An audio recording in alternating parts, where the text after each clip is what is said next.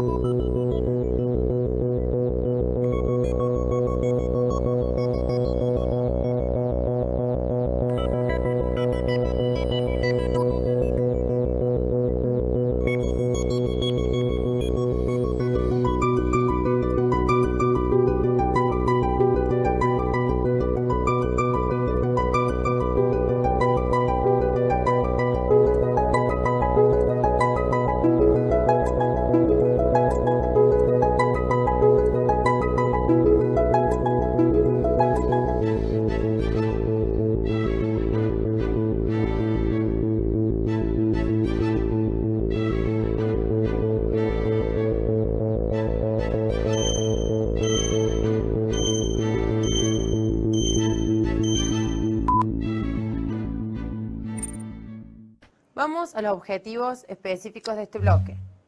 Conceptualizar el acto procesal en su aspecto objetivo. Identificar el acto procesal como sinónimo de actuación de los sujetos intervenientes en el proceso. Internalizar al acto procesal como un acto tendiente a un fin específico. Y estudiar los distintos sistemas de notificaciones en los distintos fueros. La notificación procesal se la define como aquel acto procesal mediante el cual se pone en conocimiento de las partes o de terceros intervinientes el contenido de una resolución judicial. Este concepto nos da el doctor Palacio. El artículo 142 del Código Procesal Civil establece un principio fundamental en cuanto a las notificaciones procesales. Dice que las providencias y todas las resoluciones judiciales no obligan, sino son notificadas con arreglo a la ley. De este principio general, podemos decir que las notificaciones cumplen una doble finalidad. Por un lado, tienden a asegurar la efectiva vigencia del principio de contradictorio. El principio de contradictorio, para que ustedes recuerden, es la posibilidad de otorgar a las partes iguales posibilidades defensivas, o sea, dejar ser su derecho de defensa. Y la otra finalidad de las notificaciones es que determinan el punto de partida para computar los plazos, dentro de los cuales las partes deben cumplir determinados actos procesales, e inclusive deducir impugnaciones. La doctrina hace una diferencia entre los conceptos citación, emplazamiento y requerimiento.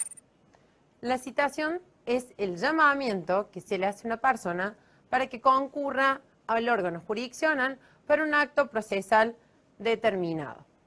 El emplazamiento, como la palabra lo dice, es el llamamiento que se le hace a una persona para que dentro del término, dentro del plazo que la ley fije, ejecute un acto procesal. Y el requerimiento sería en el caso que se trate de imponer o de evitar de las partes una conducta distinta a la comparecencia. ¿Cuáles son los sistemas de notificación? En primer lugar, tenemos un sistema de notificación personal o ministerio legis, que es la que se lleva a cabo en la sede del tribunal y que obliga a las partes a comparecer al tribunal los días que están establecidos expresamente en la ley. Lo pueden estudiar esto del artículo 153 del Código Procesal Civil, el artículo 20 de la Ley 7987 que rige el procedimiento laboral y el artículo 32 de la Ley 7676 del Fuero de Familia. Tienen que recordar que este sistema de notificación personal o ministerio legis es el principio en materia de notificaciones. Sin perjuicio de que ustedes puedan observar en la práctica que la mayoría de las notificaciones se realizan por cédula.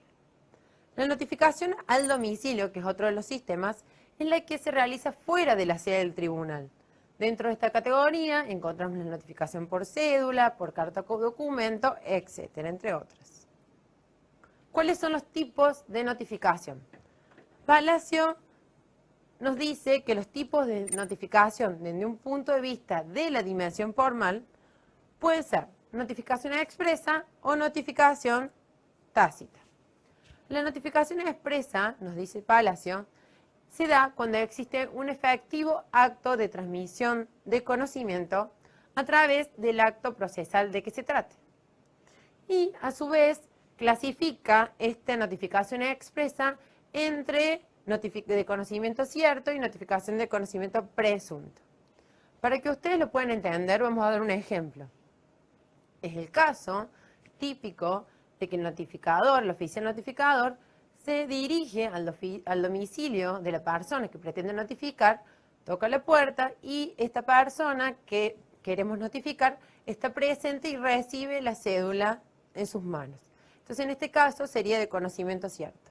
Pero también cabe la posibilidad que este oficial notificador se dirija al domicilio que pretende notificar y que realice un llamado a la puerta y que no aparezca ninguna persona a recibir la cédula. En ese caso, el oficial notificador, identificando que estén bien los números del domicilio, deja la cédula por debajo de la puerta.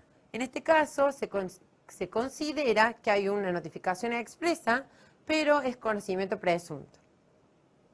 También tenemos la notificación tácita.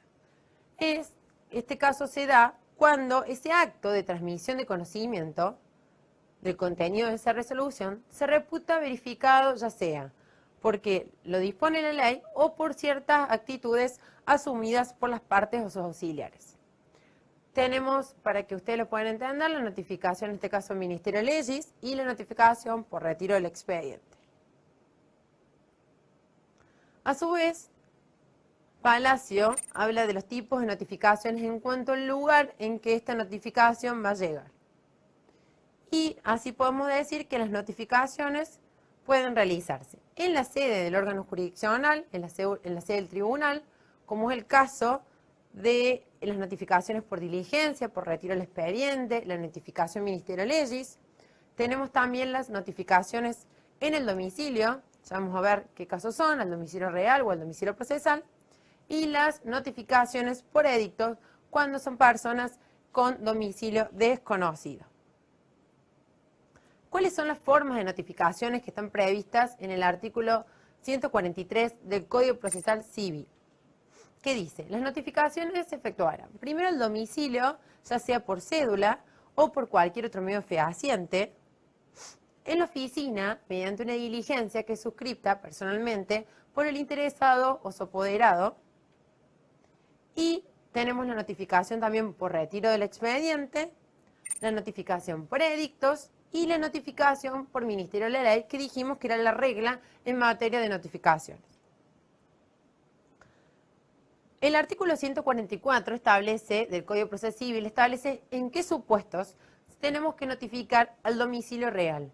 Esta enunciación es de carácter taxativo y dice que deben ser notificadas al domicilio real, primero, la citación de comparendo y la citación de remate, o sea, para que ponga excepciones en el juicio ejecutivo, y la que se ordene con motivo de la renuncia del apoderado o patrocinante.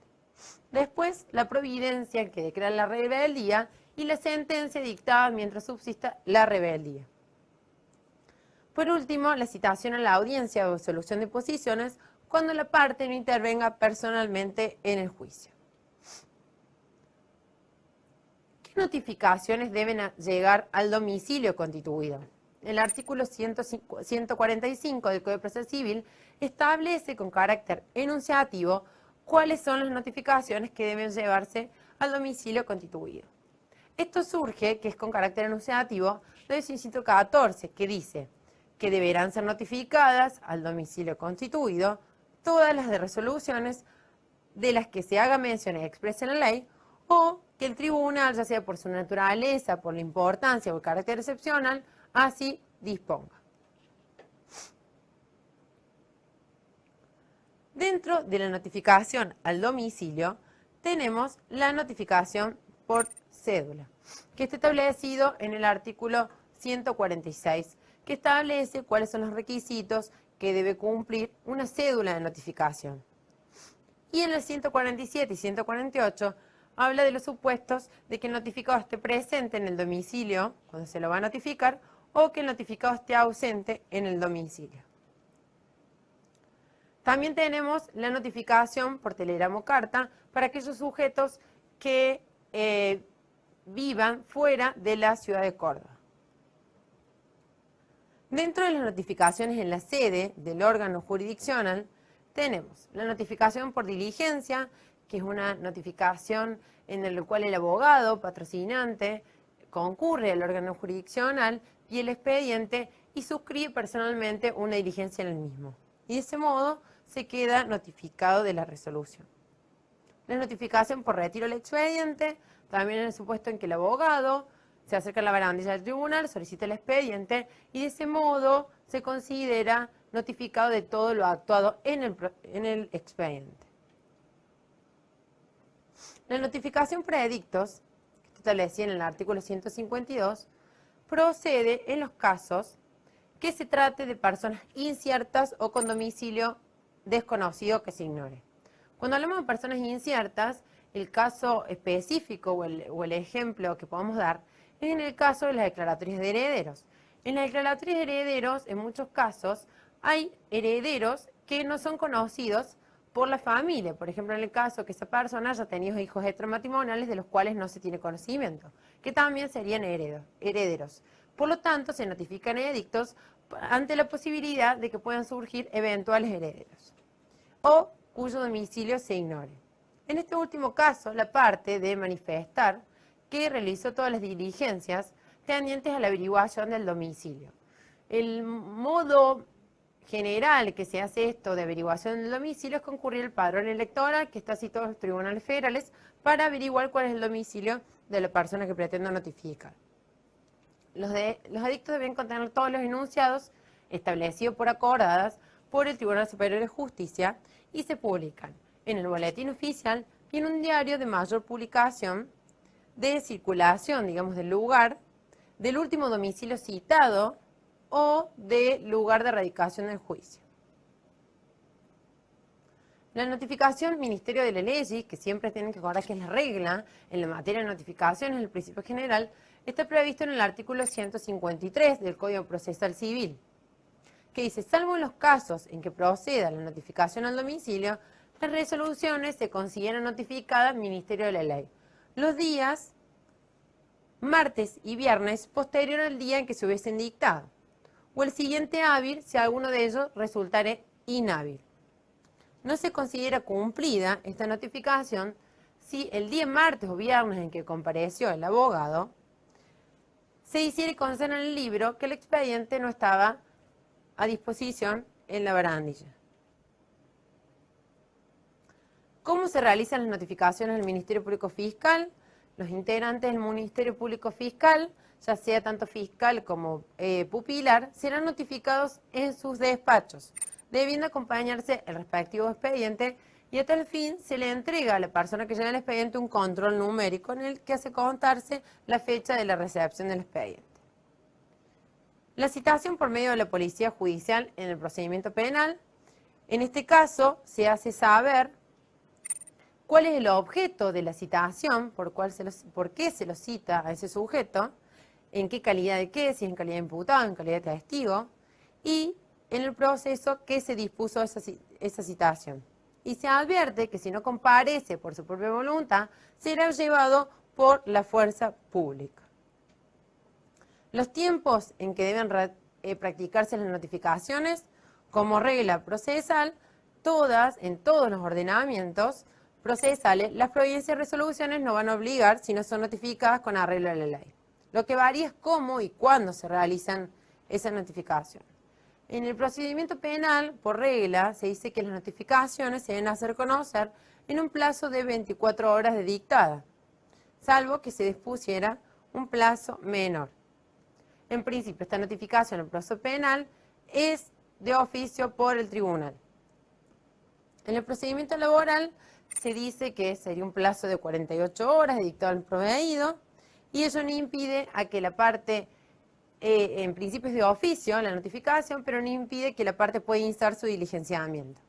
En el procedimiento de familia también es de oficio, salvo excepciones establecidas expresamente en la ley. Y en el procedimiento civil, la parte interesada en hacer conocer la resolución tiene que instar el diligenciamiento. Tenemos las nulidades de las notificaciones. Las notificaciones que se hacen incumpliendo los requisitos establecidos en el código van a traer aparejada nulidad. Lo importante de esto es que las nulidades son solamente peticionadas por las partes, no es de oficio, sino es a petición de parte, y que todas las nulidades procesales son convalidables, es decir, subsanables. El artículo 158 establece cómo subsanarse la nulidad.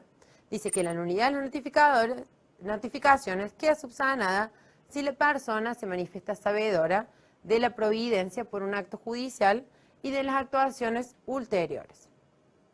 A su vez, tienen sanciones aquel que notifique o va a notificar una resolución incumpliendo los recaudos establecidos en la ley.